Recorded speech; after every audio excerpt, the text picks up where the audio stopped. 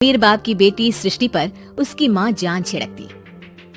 मेरी बेटी कितनी प्यारी है, भगवान सबको सृष्टि जैसी बेटी दे। सृष्टि धीरे धीरे बड़ी होती है। एक दिन सृष्टि की सहेली कहती है, तू दिखने में कितनी अजीब सी है, लेकिन मैं जानती हूँ हम सब में सबसे अच्छी शादी तो तेरी ही होगी। तेरे पापा अमीर जो हैं। और बता नहीं सकते यार, दहेज तो हर कोई देता है, ये क्या ज्यादा ले जाएगी अपने पति के लिए? अरे बड़े शहर में कोठी है इसके पापा की। अरे पापा की है ना, कौन सी इसकी है? इसकी होती तब तो कोई भी लड़का इससे शादी कर लेता। अरे पापा की मतलब पापा की है तो मेरी ही है ना? किसने कहा? अब तेरी तो तब होगी ना जब तेरा भाई ना हो। वैसे भी शादी के बाद सारी प्रॉपर्टी भाई के नाम होती है।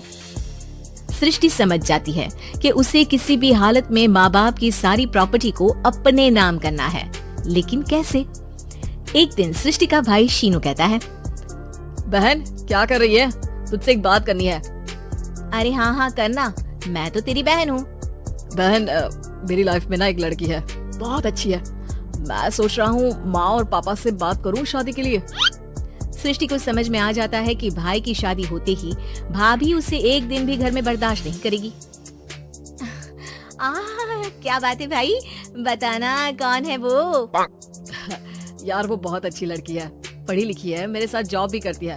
बस एक प्रॉब्लम है। प्रॉब्लम? क्या प्रॉब्लम है भाई?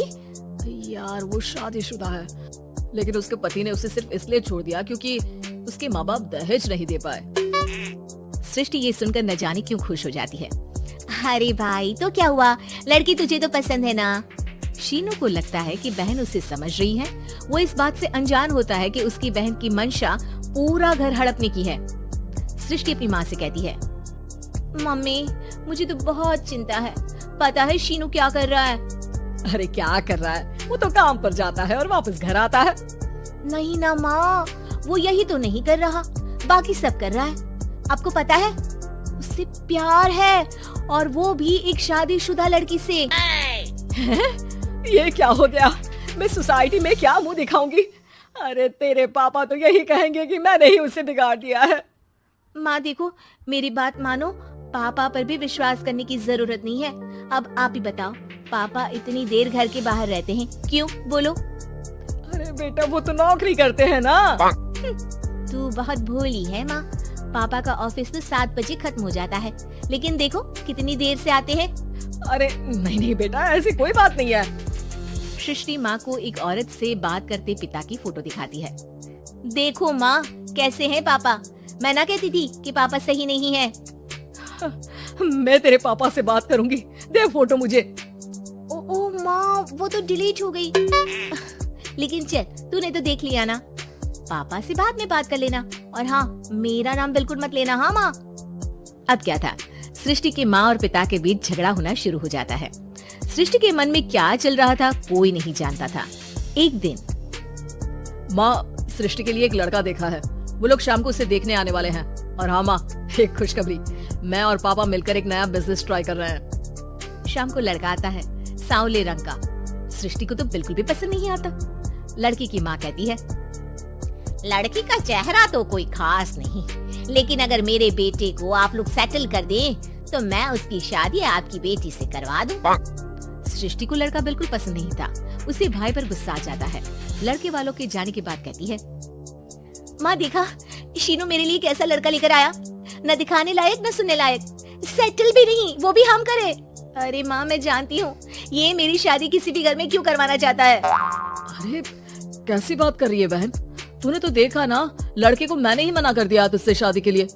जिसने लड़का बताया था उसने उसकी बहुत तारीफ की थी। बात आई गई हो जाती है, लेकिन सृष्टि का मन शांत नहीं होता। क्या करूँ कुछ समझ में नहीं आ रहा। मेरी शादी हो गई तो ये लोग पूरी प्रॉपर्टी शीनू के नाम कर देंगे, मेरे हाथ तो कुछ लगेगा ही नहीं। तभी सृष्टि को आइडिया आता है। वो किसी वकील को फोन करती है। जी देखिए, अगर आपके मम्मी पापा का तलाक हो जाता है तो आपके पिता की आधी प्रॉपर्टी आपकी माँ के नाम हो जाएगी, फिर उससे वो किसी को भी दे सकती है। सृष्टि अब माँ को बेटे के खिलाफ भरती है।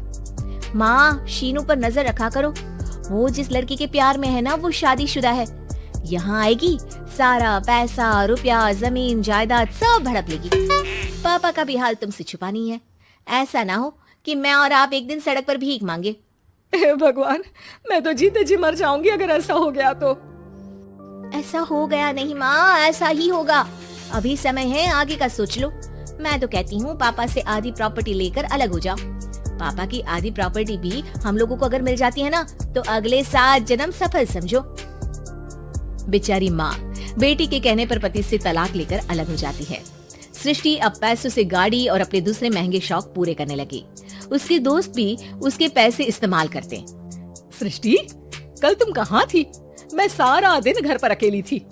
तो मैं क्या करूं? मैंने ठेका तो नहीं लिया है ना तुम्हें संभालेगा। माँ को सृष्टि से ये उम्मीद नहीं थी। वो बैठकर रोने लगती है। वहीं उसका पति यानी कि सृष्टि के पिता आ जाते हैं। मैं जानता था कि तुम्हारा यही हाल होगा, तो आपने मुझे रोका क्यों नहीं? मैं रोकता तो तुम रुकती क्या? सृष्टि के कहने पर तुमने मुझ पर अपने बेटे पर शक किया, लेकिन तुम ये भूल गई कि कैसे हम दोनों ने मिलकर जीवन में इतना सब खड़ा किया। माँ पति के गले लग जाती है। मुझे माफ कर दीजिए, मैंने आपकी कमाई का एक बड़ा हिस्सा गवा दिया।